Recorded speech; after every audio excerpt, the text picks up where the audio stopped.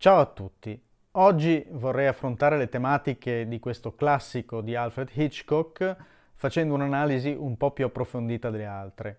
Quindi scusate fin d'ora se sarà un po' lunga e soprattutto un po' più complessa. D'altra parte La donna che visse due volte è uno dei film più importanti ed è sicuramente anche uno dei più complessi della storia del cinema. Cominciamo!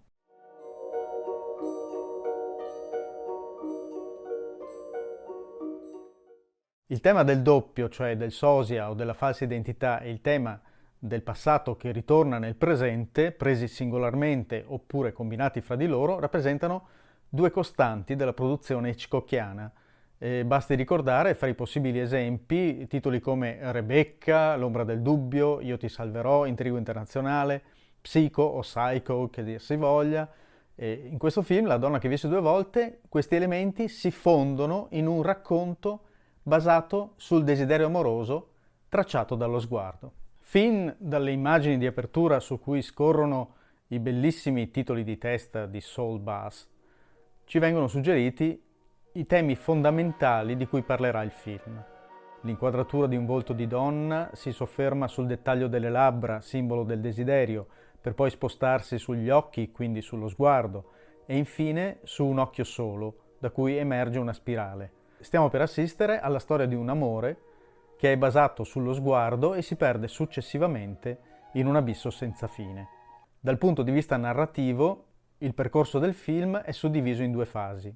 La prima è caratterizzata dai pedinamenti attraverso le strade di San Francisco e nei luoghi da cui riaffiora il passato di Madeleine, il cimitero, la pinacoteca, il bosco di sequoie, eccetera. La seconda fase parte dal ritrovamento di Judy e dallo svelamento dell'inganno subito da John e da noi spettatori insieme a lui, fino alla conclusione.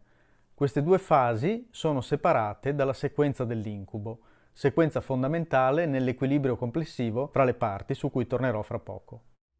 Il tema iniziale del film, la nascita di una fobia e nello stesso tempo di una colpa, viene amplificato dalla ripetizione dell'effetto vertigine, in inglese vertigo effect, dal titolo originale del film, effetto speciale inventato da Hitchcock che giustamente è passato alla storia ed è stato poi imitato da molti altri registi.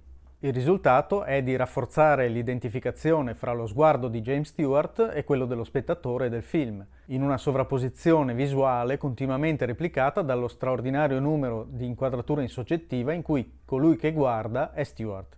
L'idea stessa di pedinamento che domina la prima parte del film implica d'altra parte il guardare non visti, attività che è quella tipica di chi siede di fronte allo schermo cinematografico. E come lo spettatore vive nell'illusione di realtà che è propria del racconto filmico, così Ferguson, interpretato da Stewart, è vittima egli stesso di una finzione. Per capire il significato di questa analogia bisogna ricollegarsi all'uso che Hitchcock ha sempre fatto della manipolazione dello sguardo, sia dei personaggi sia del pubblico, facendone un motivo conduttore e un punto di forza del suo cinema, tutto rivolto all'impiego di continui trucchi e alterazioni dell'immagine. Parlerò più nel dettaglio di questo aspetto e del voyeurismo come metafora del cinema nei video futuri in cui affronterò altri film di Hitchcock. Tornando a Vertigo, la condizione patologica delle vertigini, questo vedere malato che dopo la morte del collega diventa per John Ferguson tutt'uno con il suo senso di colpa, è la chiave d'avvio dell'intera vicenda e segna al contempo il progressivo affondare nel vortice del desiderio.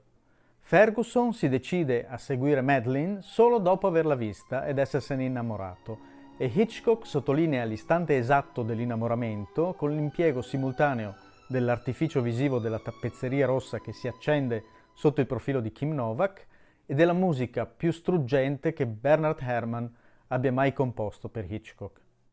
L'andamento ciclico a spirale del film nasce dalla perdita del controllo sullo sguardo ed è dato dal ripercorrere a più riprese traiettorie simili in cui è presente una variazione.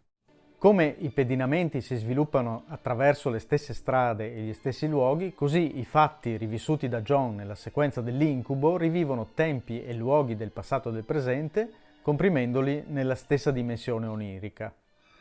Éric Rohmer, che oltre a regista fu un grande critico cinematografico, ha parlato di avvitamento sul passato.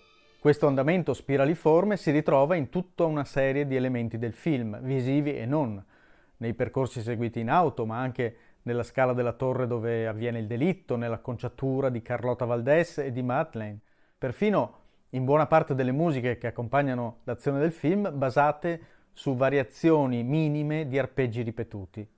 Allo stesso modo il film è punteggiato di immagini di corpi che cadono nel vuoto, e questo sottolinea da un lato la ciclicità della narrazione, dall'altro fa coincidere il precipitare dei corpi con la vertigine del desiderio erotico che è alla base del racconto. Il vedere incontrollato in cui Scotty precipita come in un abisso è fonte di paura, di inganno e di morte.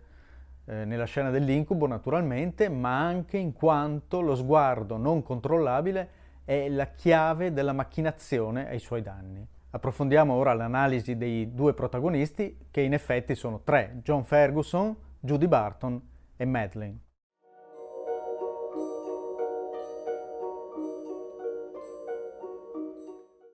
Ferguson fin dal principio si delinea come personaggio dal passato opprimente, non solo in riferimento alla morte del collega poliziotto, ma soprattutto per il suo aspetto malinconico di uomo di mezza età costretto ad un pensionamento precoce. Dopo la morte di Madeleine, il processo di liberazione dalla colpa è innanzitutto un tentativo di tornare nel proprio passato per cancellarlo. Da un certo momento in avanti, John cerca di rievocare il passato, imponendo maniacalmente su Judy la trasformazione in un'altra donna, e in questo possiamo riconoscere il controllo totale che Hitchcock pretendeva di avere sulle sue protagoniste femminili, a come le trasformava secondo i suoi desideri, proprio come fa Scotty nel film. In nessun altro film di Hitchcock c'è una così riconoscibile analogia fra il personaggio principale e il regista.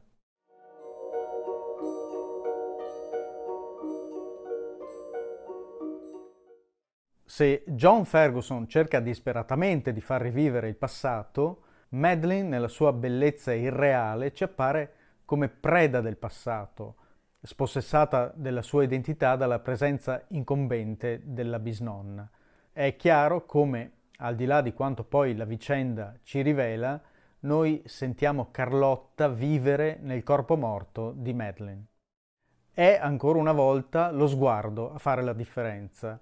Madeleine è morta ancor prima di falsamente morire nel suo stato di catatonia perenne, espresso dallo sguardo spento, assente, in contrasto con quello penetrante del ritratto di Carlotta. E proprio il quadro è un altro elemento fondamentale nella storia. Il ritratto agisce da tramite fra passato e presente, ma anche da veicolo per altri due elementi fondamentali: i fiori e la collana. I fiori, simbolo per eccellenza della caducità dell'esistere, fanno da connessione indiretta fra tempi ed eventi lontani in almeno due occasioni, prima nella sequenza alla Pinacoteca e poi come preludio all'apparizione di Judy Barton. La collana di Carlotta, viceversa, si configura come elemento immutabile del passato che viene proiettato nel presente, restando indifferente alle vicissitudini umane, al pari delle sequoie. Somewhere in here I was born, and there I died. It was only a moment for you. You took no notice.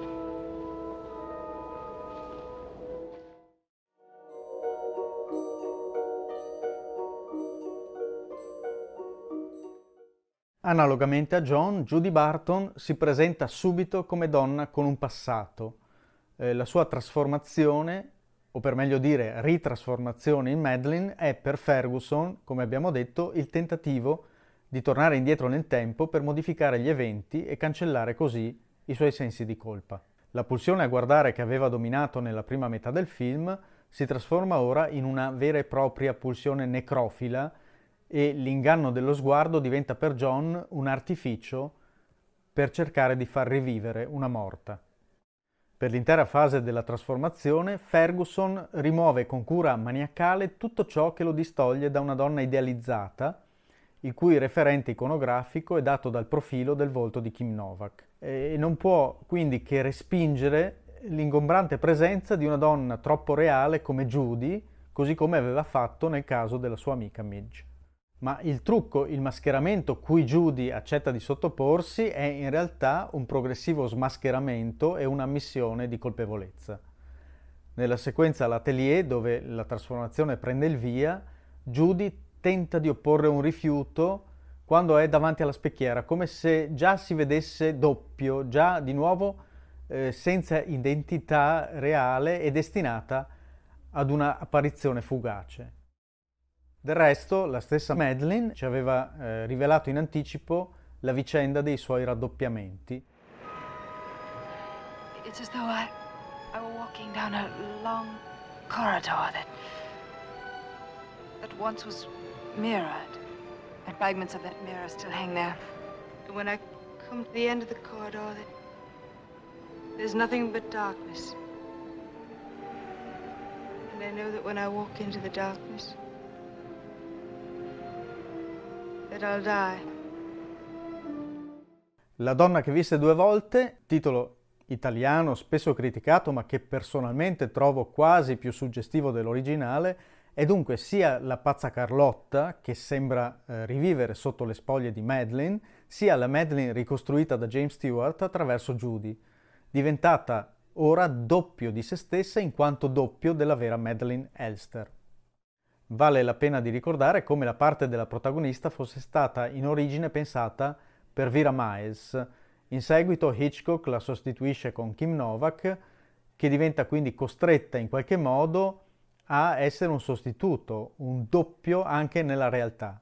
Tornando al film, la nuova Madeleine si materializza in una luce verde che la mostra come una morta riportata in vita, quando, dopo che i capelli sono stati raccolti in una spirale, la metamorfosi si è compiuta definitivamente. Ed è l'unico momento del film in cui al protagonista viene concesso un attimo di felicità. Poco dopo, infatti, davanti allo specchio, avviene lo smascheramento del doppio che lo stesso John ha evocato. Dal punto di vista della costruzione del racconto, come abbiamo detto, il cardine fra le due fasi è la scena dell'incubo, e l'incubo trova la sua principale funzione proprio nel mettere in rilievo la collana, un dettaglio la cui importanza si rivela solamente nel finale. Quando John rivede la collana di Carlotta indossata da Judy, è come se d'un tratto tutti gli incubi del passato si ripresentassero ai suoi occhi. È come se attraverso la collana Carlotta Valdés fosse tornata realmente dal passato per impossessarsi, questa volta per sempre, della vita della donna. Il ritorno alla scena del delitto sulla torre della missione è anche un ritorno alla realtà dopo l'inebriamento dei sensi, della vista in primo luogo, che aveva contraddistinto tutta la storia. Alla piena ripresa della facoltà visiva fa riscontro nel protagonista l'acquisizione di una lucida consapevolezza. Il recupero della razionalità da parte di Johnny sta tutto in quel "è troppo tardi" che dice alla donna, e cioè nella amara constatazione dell'impossibilità di un ritorno al passato che non sia frutto solo dell'illusione e dell'inganno. Bene, ci sarebbero moltissime altre cose da dire sul film, e poi si dovrebbe anche parlare dell'importanza del direttore della fotografia, Robert Burks, o dell'autore delle musiche, Bernard Herrmann, ma credo per oggi di avere già parlato abbastanza, per cui rimando chi è interessato ai video che farò su vari altri capolavori di Hitchcock. Grazie, se questo video vi è piaciuto mettete un like, iscrivetevi al canale e vi do appuntamento per il prossimo video sui classici del cinema. Un saluto da Andrea.